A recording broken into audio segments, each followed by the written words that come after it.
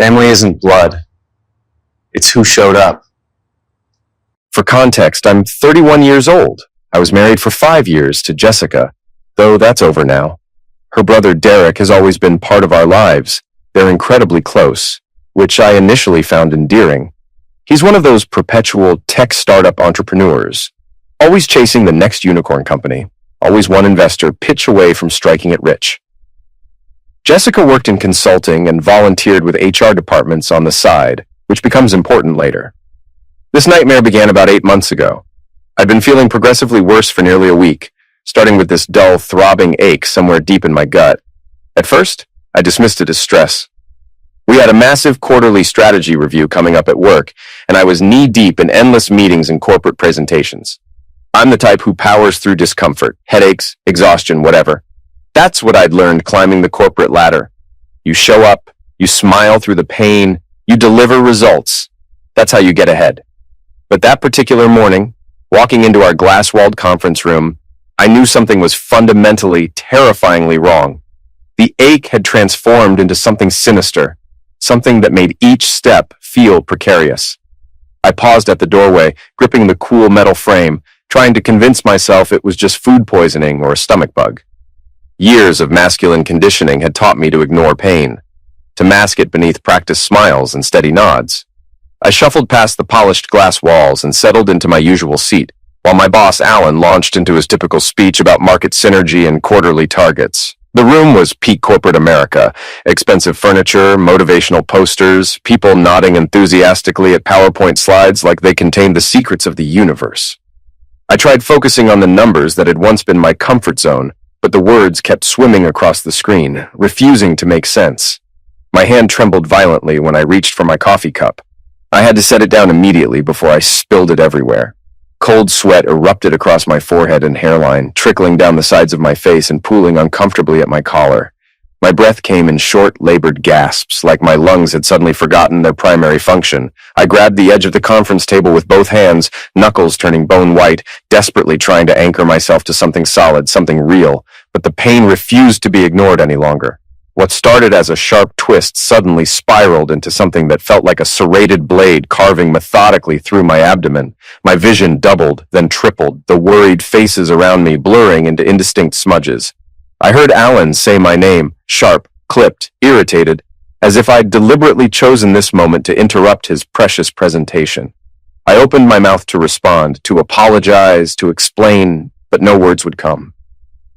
Another wave of agony crashed over me, so sudden and violent that I couldn't contain the sound that escaped. Something between a gasp and a groan, a noise I'd never made before. I tried desperately to swallow it down, to maintain some shred of professional dignity. But it was far too late for that. My body betrayed me completely. I slumped forward and my head connected with the polished table with a dull thud that seemed to echo through the entire room. I don't remember the actual fall to the floor, and don't remember the startled cries or the frantic scramble of footsteps as people rushed to help. The next thing I consciously registered was lying on my back, staring up at the conference room's harsh fluorescent lights, each one feeling like a blade of white fire stabbing directly into my eyes. Paramedics in crisp blue uniforms materialized around me seemingly out of nowhere, their voices a controlled blur of medical urgency and practiced protocol. One of them, a woman with remarkably kind eyes, gently placed an oxygen mask over my mouth and nose, speaking in soothing tones, telling me to breathe slowly and deeply. I tried to follow her instructions, but each breath felt like it was literally tearing something vital inside me apart, piece by piece. My heart pounded frantically against my ribcage like a trapped bird desperately trying to escape. Through the overwhelming haze of pain and fear, I fumbled for my phone with clumsy, half-numb fingers. I needed to call Jessica. She was my wife, my partner, the person who'd vowed to be there in sickness and in health. She'd know what to do. She'd drop everything and come to me. I managed to unlock my phone screen despite my trembling hands and pressed her contact name, listening as it rang once, twice, 3 times. She answered on the 3rd ring, her voice sharp and distracted, clearly annoyed by the interruption. "Can this wait? Derek's got his huge investor presentation today. It's absolutely critical." Derek, her brother, always her brother. I tried desperately to tell her what was happening, that I was in an ambulance, that I was terrified and needed her, but the words got hopelessly tangled with the oxygen mask and the cacophony of beeping medical equipment surrounding me. "Jessica," I managed to croak out, my voice barely audible, but she'd already disconnected, just hung up, ended the call without waiting for me to explain, without a second thought. I stared at my phone screen as her name faded away, feeling more utterly alone than I'd ever felt in my entire life. The paramedics moved with impressive speed and efficiency, lifting me onto a stretcher with practiced movements. The conference room, with its glass walls and corporate optimism, rapidly became a distant memory as they wheeled me through hallways that blurred into abstract streaks of white and gray. The pains spiked again, white-hot and absolutely merciless, and I had to clench my teeth so hard I thought they might crack just to keep from screaming out loud. Through the fog of agony, I heard someone, I think it was Alan, commenting about continuing the meeting, about getting back to the agenda, about not letting this disruption derail their schedule. Even as I was being carried out on a stretcher, potentially dying, they couldn't pause their precious meeting for even a moment. That realization hurt almost as much as the physical pain. The ambulance ride felt like a fever dream, surreal and disconnected from reality. Sirens wailed overhead, emergency lights flashed rhythmically, but inside the confined space it felt impossibly claustrophobic and terrifying. The air was thick with the sharp smell of antiseptic and the metallic taste of fear. One of the paramedics, a young guy with a kind face and scattered freckles, leaned over me with a remarkably steady voice given the circumstances. "We're taking you to Memorial Hospital," he said calmly. "You're going to be okay. Just hang on for us, all right?" I nodded weakly, or at least I attempted to. Every movement felt strangely disconnected, like I was trying to operate a body from somewhere far away, like a puppeteer with tangled strings. I kept replaying Jessica's voice in my head, that sharp, dismissive tone, the way she told me it would have to wait. I'd given her absolutely everything. My time, my love, my unwavering trust, my whole heart, and when it truly mattered most, when I actually needed her desperately, she simply wasn't there. The hospital's emergency entrance doors burst open dramatically, and suddenly I was surrounded by even more medical professionals. Nurses, doctors, specialists, all of them moving with urgent purpose in controlled chaos. They fired rapid questions at me while simultaneously inserting multiple IV lines into my arms, hooking me up to various monitors that beeped with increasing urgency and concern. My entire world narrowed down to stark white walls and those incessant beeping machines that seemed to be counting down to something terrible. A nurse with warm, compassionate brown eyes squeezed my hand firmly. Her grip felt steady and grounding, like an anchor in a storm. "You're going into emergency surgery right now," she said with gentle authority. "We're going to take excellent care of you, I promise. Just hold on for us, okay?" I desperately wanted to ask if Jessica had called the hospital, if she'd tried to reach me, if she was on her way. I wanted so badly to believe she'd come bursting through those doors any second, panicked and apologetic and worried sick about me. But somewhere deep in my gut, beneath all the physical pain, I already knew the truth. I closed my eyes and surrendered to the darkness pulling me under, utterly alone on that surgical stretcher, genuinely unsure if I'd ever wake up again. I did survive the surgery, though the doctors told me later it was a close call. The surgeon's detailed explanation echoed repeatedly in my foggy mind for days afterward. Acute appendicitis severely complicated by peritonitis. He used his hands to draw precise diagrams in the air as though it were a simple mathematical equation. But there had been absolutely nothing simple about the excruciating agony or the overwhelming terror I'd experienced. They'd rushed me directly into emergency surgery. A blur of surgical instruments and blindingly bright lights and the overwhelming smell of antiseptic, faces hidden completely behind surgical masks and caps. When I finally regained consciousness several days later, I found myself in a stark white hospital room with medical machines humming steadily beside my bed. Every single breath required conscious effort, my body feeling like it had been completely dismantled and then carelessly reassembled by someone who'd lost the instruction manual. The weakness was absolutely overwhelming, crushing. Nurse Camille was the very first real face I saw clearly when I woke up. She had remarkably soft brown eyes and a voice that felt genuinely comforting, almost maternal in its warmth. She explained that I'd been extremely lucky, that the immediate surgical intervention had quite literally saved my life. I attempted to nod in acknowledgement, but my head felt impossibly heavy, like it was filled with wet concrete. My mind remained foggy and disoriented from the lingering effects of anesthesia and the profound shock my body had endured. She methodically checked all my vital signs and the various monitors surrounding me, then mentioned almost as an afterthought, her tone carefully neutral. "We don't have any record of family contact information on file. Is someone planning to come visit you?" That simple question hit me like a devastating physical blow, knocking the air from my lungs. My wife, the one person who absolutely should have been sitting at my bedside, the person who'd promised to be there through everything. My throat was too parched and raw to answer properly. I simply closed my eyes tightly and let her question hang heavy in the sterile hospital air. Unanswered. 3 agonizingly long days crawled by in an uncomfortable haze of medication drips, hourly nursing checks, and that persistent antiseptic smell that seemed to cling to absolutely everything. My skin, my hospital gown, even my hair. Every single time that door opened, my heart would involuntarily lift with desperate hope. Maybe this time it would be Jessica.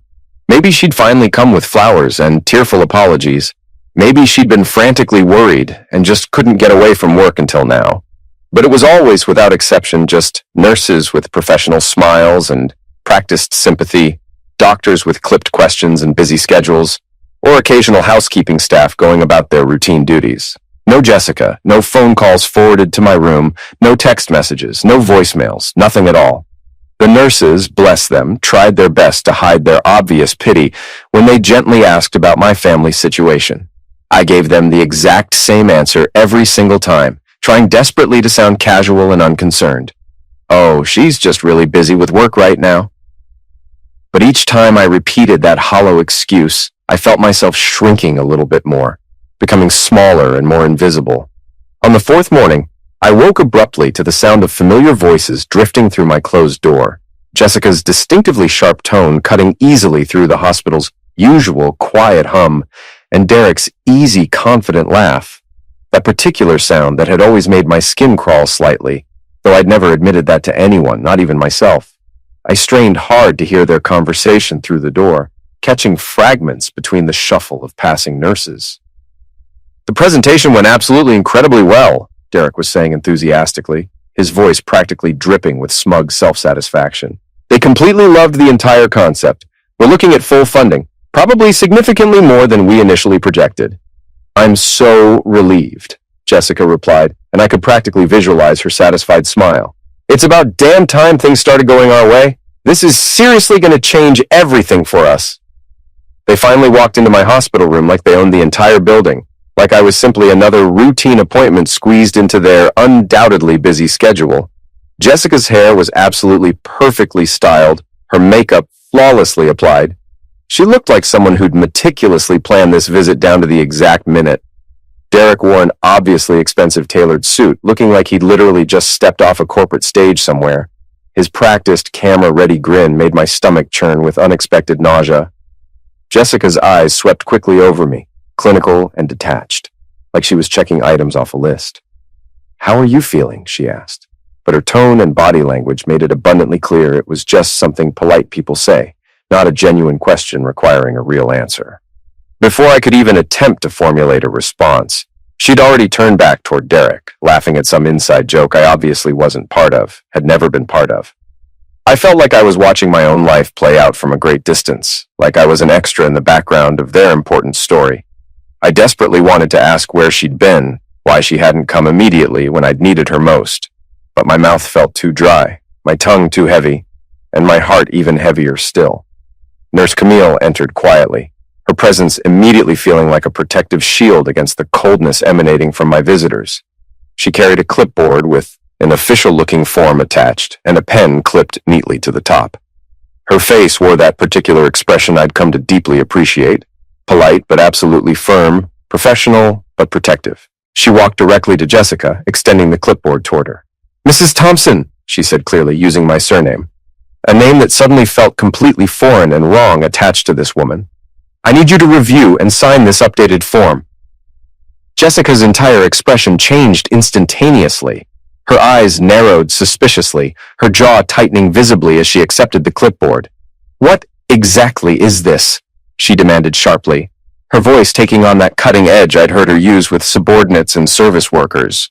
Camille maintained her calm, professional demeanor without even a flicker of reaction. "It's a standard update form for our records. It confirms and documents your role in his ongoing medical care decisions. Jessica began reading the document carefully, her fingers trembling ever so slightly. Why would I possibly need to sign this right now? I'm his wife. Obviously, I'm automatically involved in all his medical care decisions. Derek shifted his weight beside her uncomfortably, his trademark smirk slipping just a noticeable fraction. I remained completely silent, deliberately letting this uncomfortable moment stretch out like a sharpened blade suspended between us all. Camille's voice remained perfectly calm, but carried an undertone of absolute steel. Because this form has been officially updated. Your husband, Mr. Thompson, made specific changes to his designated emergency contact and medical proxy after his surgery was completed. She turned to face me directly, her eyes softening with understanding, but her words landing like carefully aimed hammer blows. Mr. Thompson, would you prefer that I explain these changes to her, or would you like to do it yourself?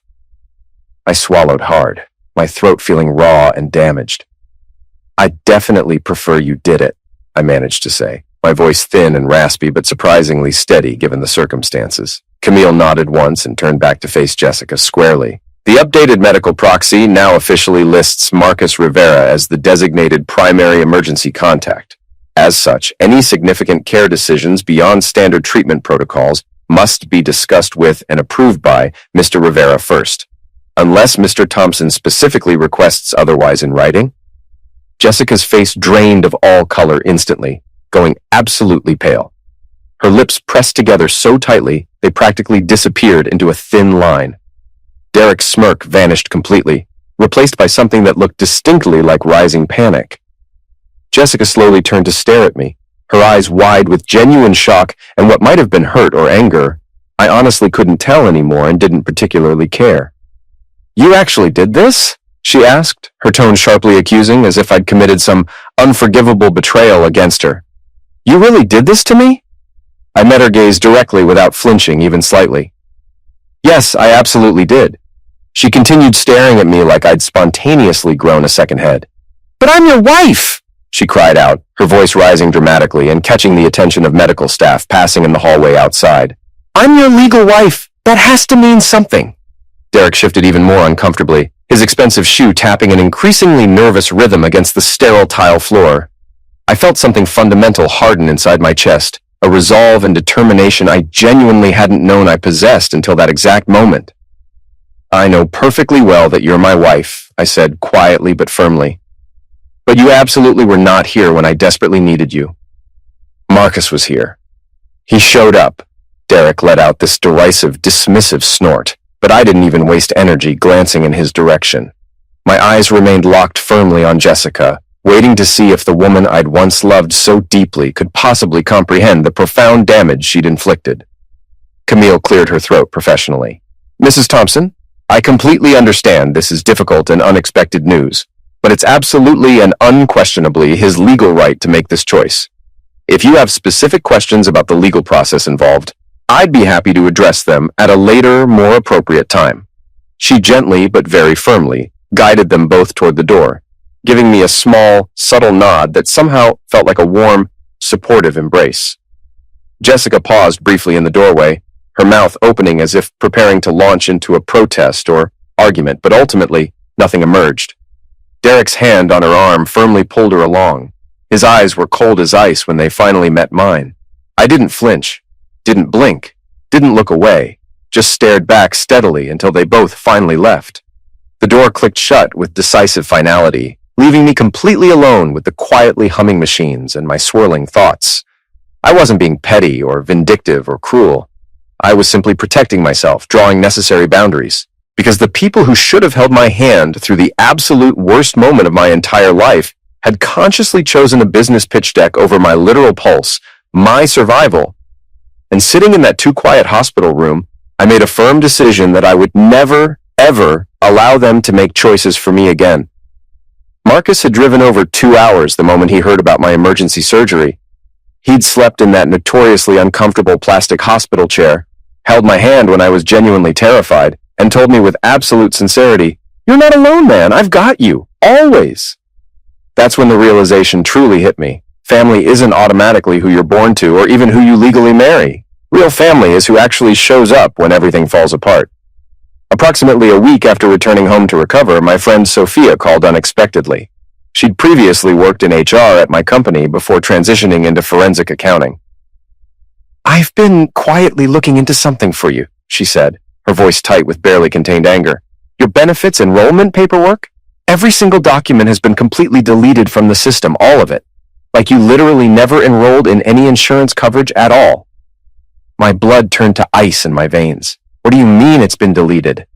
"I mean someone with administrative system access deliberately went in and flagged your entire onboarding file for permanent deletion. This absolutely was not any kind of clerical error or computer glitch. This was intentional, calculated sabotage." My mind raced backward through time. 2 years ago, Jessica had enthusiastically volunteered to handle all my benefits paperwork.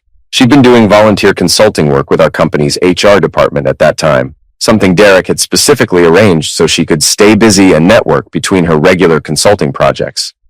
"Just let me handle all that tedious paperwork," she'd said with that warm, trustworthy smile I'd believed completely. "You're always so overwhelmed with work deadlines. I'll make absolutely sure everything goes through the system properly." I'd actually thanked her, genuinely thanked her for sabotaging my entire future. The medical bills began arriving in overwhelming waves just days later. Each envelope felt physically heavier than the last, each one essentially an accusation I had absolutely no way to defend against. I sat at my small kitchen table with Marcus seated across from me, both of us staring at the growing pile of bills like they were venomous snakes coiled and ready to strike. "Over $100,000, I whispered hoarsely, my hands shaking. "Every single bill has only my name on it." Marcus's brow furrowed deeply in that characteristic way when his analytical mind was actively working through complex problems and potential solutions. "We're going to figure this out," he said with determination, though we both understood that was partly wishful thinking. I picked up one particularly large bill, running my thumb slowly across the embossed hospital logo. I definitely had insurance coverage.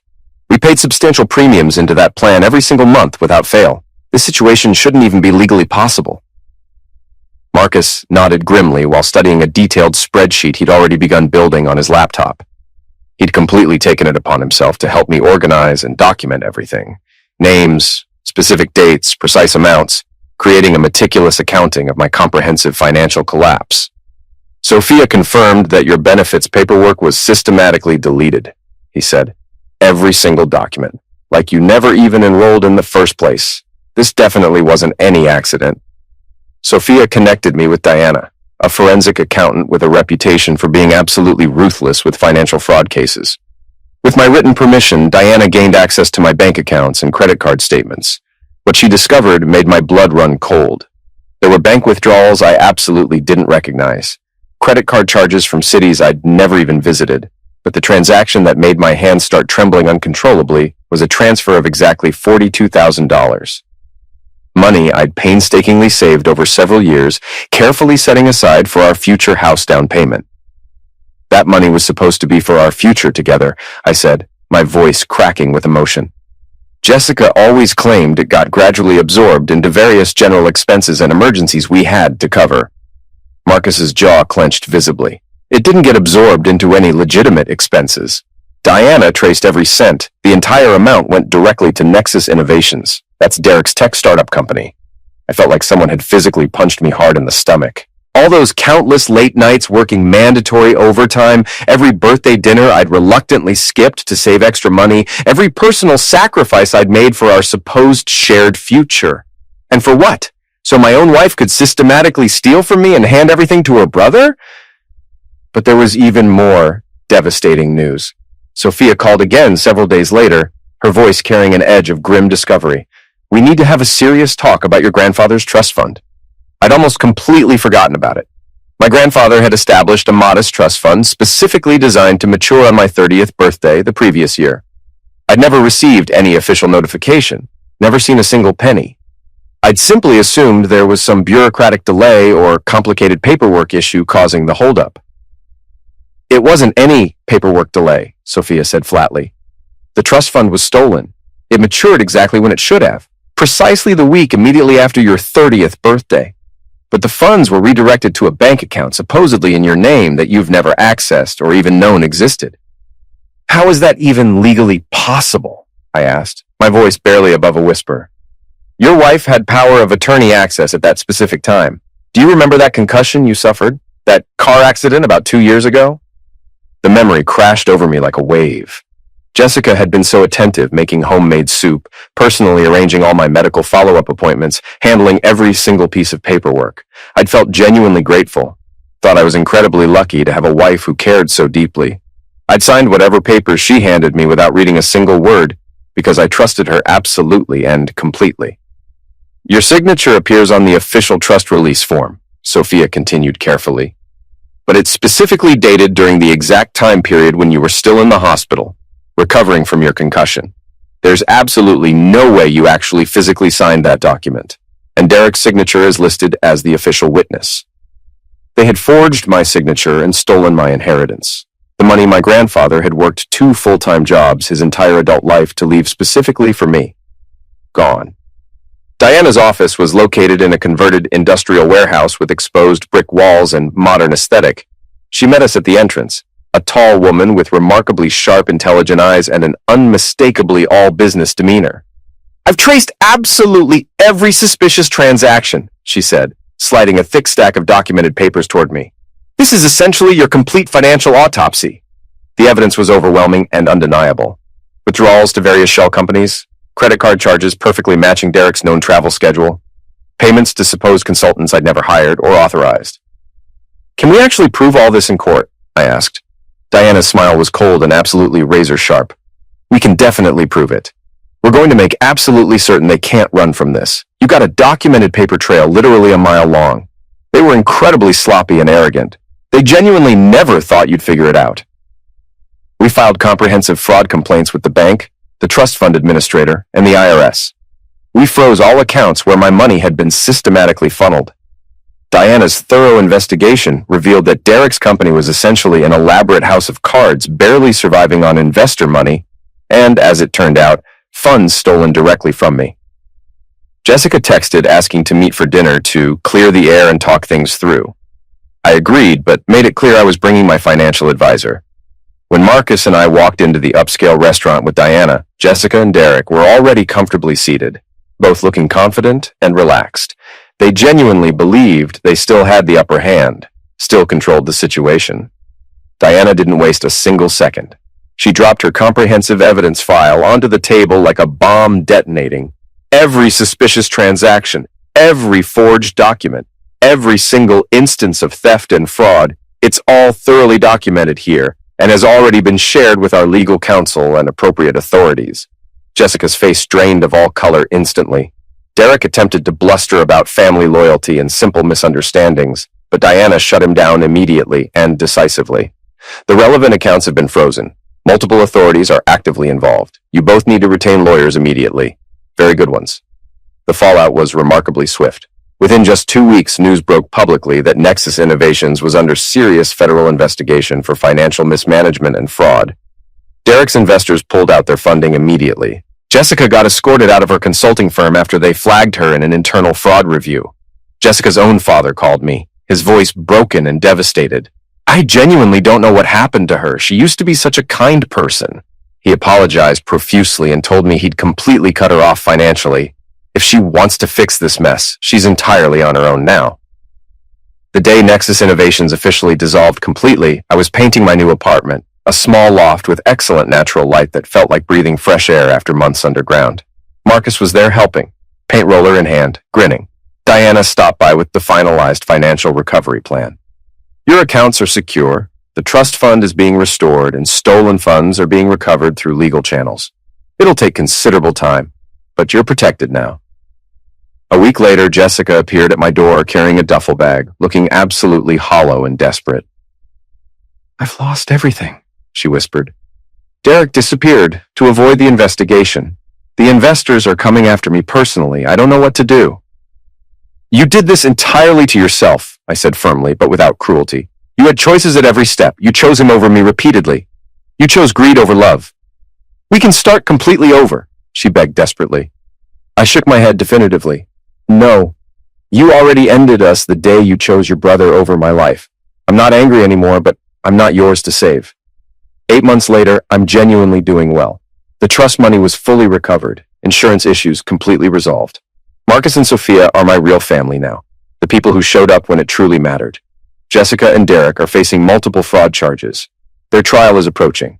The biggest lesson? Family isn't blood, and marriage doesn't guarantee loyalty. Real love shows up. It holds your hand in the ambulance. It fights for you when you can't fight for yourself. I survived emergency surgery alone, but I'm not alone anymore. Life's too short to let the wrong people write your story. I'm writing my own now, and it feels absolutely incredible.